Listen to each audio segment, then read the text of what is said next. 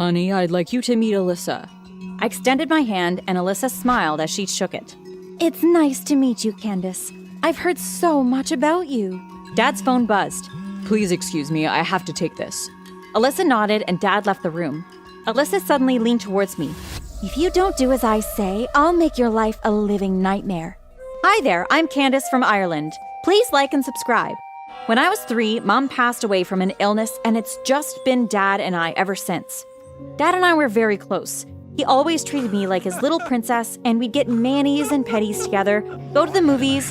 He'd even set up my dolls and stuffed animals, and we'd pretend that we were runaway models. When I was 15, Dad introduced me to his girlfriend Alyssa, and 6 months later, they were married.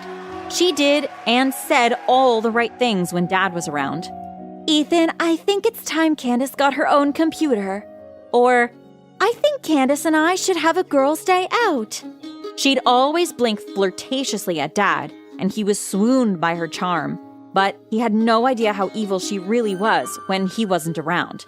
One weekend, Dad was out of town for business. I was in my room when Alyssa burst in and threw a waitress's outfit on my bed. Put this on and meet me downstairs. You'll be the waitress tonight at my party, or I'll tell your father you were out past your curfew. I groaned as Alyssa walked out. I quickly got dressed and went downstairs. I didn't want to be around Alyssa's friends, so I did everything possible for her to send me back to my room. First, I dropped a tray of salmon platters on a guest. Then I accidentally pulled off the wig of a man who was flirting with Alyssa. And finally, during dinner, I poured wine into Alyssa's lap instead of her wine glass.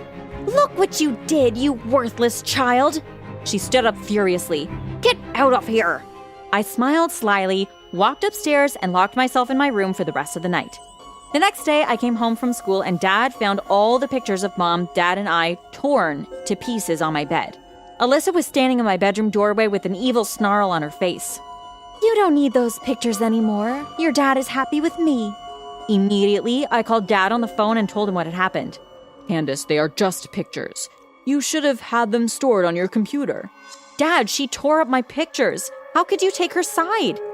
She was upset after you embarrassed her in front of her friends. I'm sure she didn't mean it.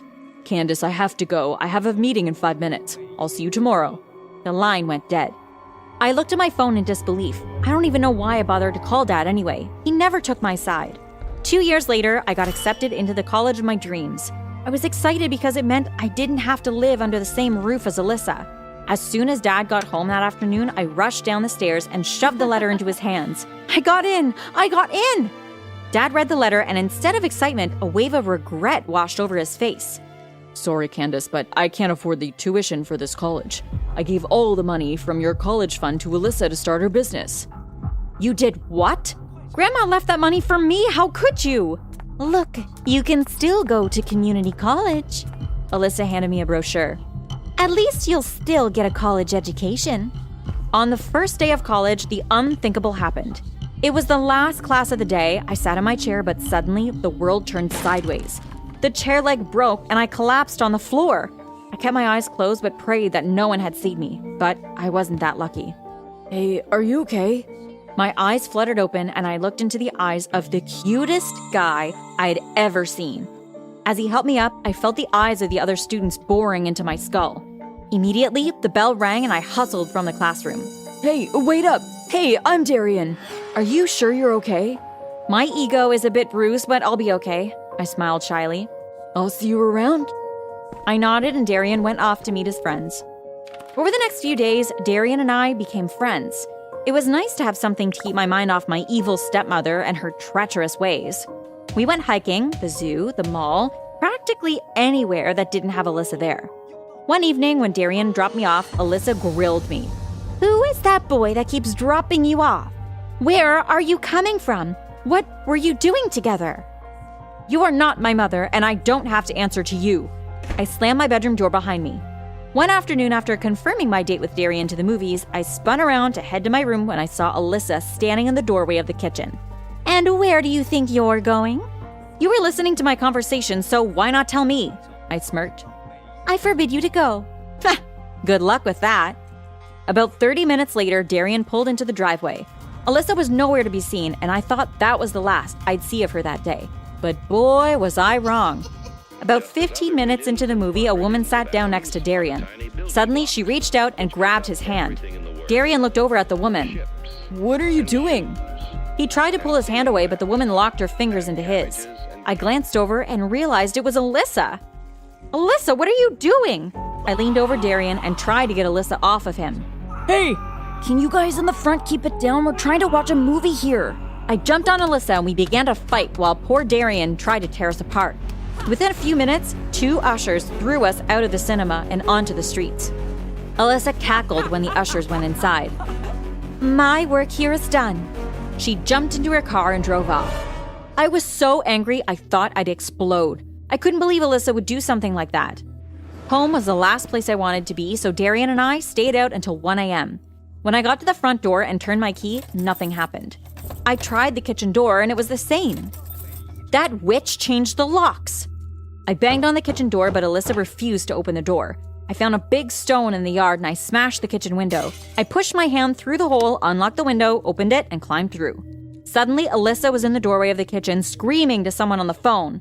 Someone just broke into my house. Hurry, please. Alyssa came charging at me with a bat. Alyssa, stop, it's me! She swung at me and I saw stars as she hit me in the head. You'd think I'd be dazed by the hit, but I was enraged. Like a bull staring at a red cloth, I charged at Alyssa. I landed some punches on her stomach and face, and Alyssa got in a few lucky blows herself. We were pulled apart a few minutes later by 2 police officers. What's going on here? She changed the locks on the door, then she assaulted me with a bat. I tried to grab Alyssa again, but the officer held me back. The officer turned to me. Do you want to make an official report and press charges? Before I could respond, Alyssa whimpered. Officer, I woke up to the sound of shattered glass. That's when I grabbed my phone to call the police and a bat to defend myself. I love my stepdaughter. Why would I want to harm her? After the officers took our statements and left, I went to my room, hopped into bed, and fell fast asleep. I was too tired to even deal with Alyssa right now. The next day, when Dad returned home, he was furious. Alyssa told you couldn't go out, and in retaliation, you broke the kitchen window? Candace, you can't abide by the rules of this house. Then you will have to leave. But Dad, she's the one... I've had enough of your excuses. You're walking on a fine line, Missy. Ugh, you always take her side. The next day at college, I met Darian by the benches under the trees. I explained everything that had happened. What am I gonna do? Find your own place. At least you'll be comfortable there. Sounds nice, but Dad only gives me money for school. Where am I gonna get money for a place? I'll help you get a job and I'll help you pay some of the bills. You don't have to do that. I know, but I want to do it for the woman I love. My eyes widened. You love me? Darian leaned in and kissed me. I was thrilled. After a few seconds, we pulled away. I think we should get to class. We don't want to be late. Darian winked and my heart felt very warm. As promised, Darian helped me get a part-time job at the post office. I gave Darian all the money I made from work to put into his savings account. I couldn't risk Dad or Alyssa finding it and spending it. It wasn't long after Darian asked me to be his girlfriend, and of course I said yes. A few months later, I finally saved enough money to make a deposit and the first month's rent on an apartment. Candace, I don't think that you've thought this through, Dad said as he paced the living room. Baby, let the child go. She isn't of any use here anyway. But let her only take the things that she purchased since she wants to be a grown-up. I packed my books, laptop, and the few pieces of clothing that I had bought myself. As I opened the front door to leave, Dad said softly, "You are welcome to return when you adjust your attitude." Alyssa stood next to Dad. It's like the trash is taking itself out, she whispered to me, unheard by Dad. I shook my head and walked out the door. Living on my own was superb. I didn't have Alyssa watching over me, and Darian came over every day. I didn't have much, but I had everything that I needed. About 2 weeks later, while studying in the kitchen, I heard a key turn in the front door. Immediately, I called Darian and armed myself with a curling iron. While on the phone with Darian, a man and a woman holding a baby stepped into the apartment. When they saw me, they stopped in their tracks. "Why do you have a key to my apartment? Who are you?" I waved the curling iron frantically and dropped the phone in the process. We just paid the landlord the first month's rent and the deposit, and he handed us the keys. There must be some mistake. He probably gave you the wrong keys because I already paid for this apartment. I invited the family to sit while I attempted to contact the landlord, but I only got his voicemail. A few minutes later, Darian arrived with the police. We explained the situation and showed the officers a picture of the landlord. I'm sorry, ma'am, but this man is wanted for numerous types of fraud. Every time we've gotten close, he slips through our fingertips. Sorry to say this, but you'll have to vacate this apartment since it's likely this isn't his property. Once the officers left, followed by the family, I sank into the sofa and buried my head in my hands. What am I gonna do? You can come home and stay with me. Darian squeezed my hand softly. I nodded gratefully. That night, I moved out my things and moved into Darian's apartment. Things soon settled down, but then, like most things in my life, they took a sudden turn.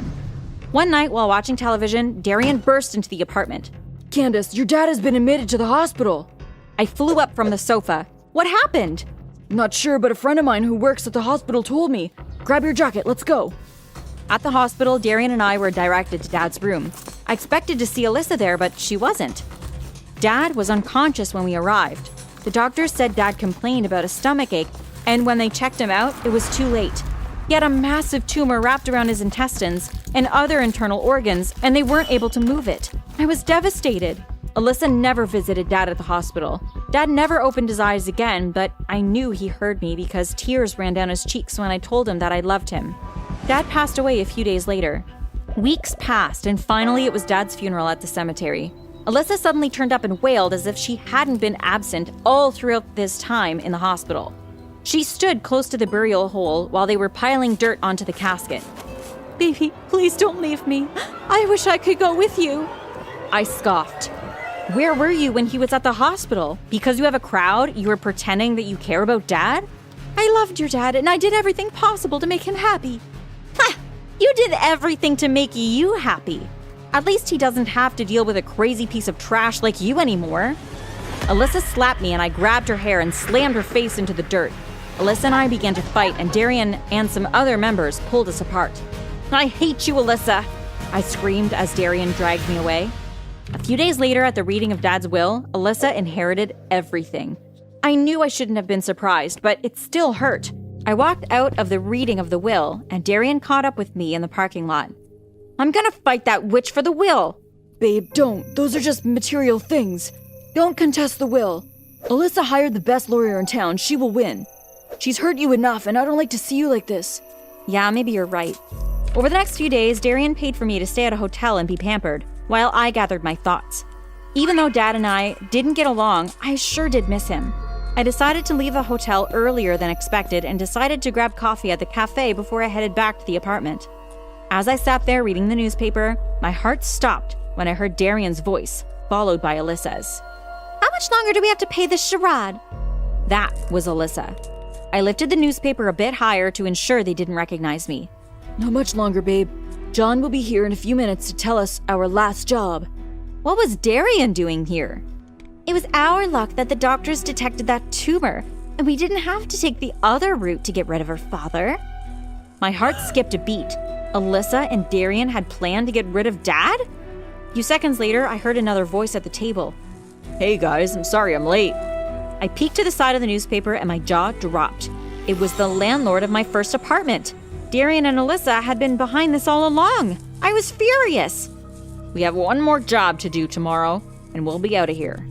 I sat there and listened as Alyssa, Darian, and the landlord discussed how they were going to rob a jewelry store and the warehouse they were going to meet at after to get the jewels off their hands. I breathed a sigh of relief when about an hour later, the three of them got up and walked out of the cafe. I left about 15 minutes later and went back to the hotel. The first thing I did was hire a hacker to hack into the banking system. I told him if he did the job successfully, that he'd get 30% of whatever Darian had in his account.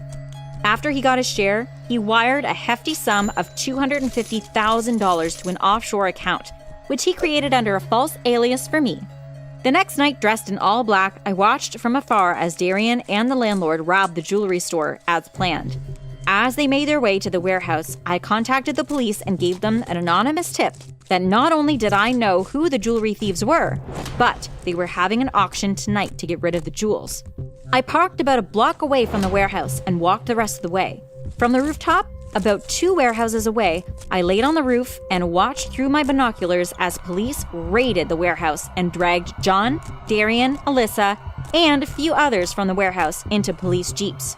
A smile curved my lips as the police jeeps pulled out of the warehouse parking lot. All unfair games must come to an end. Well played, Candace. Well played. Well played. Well played.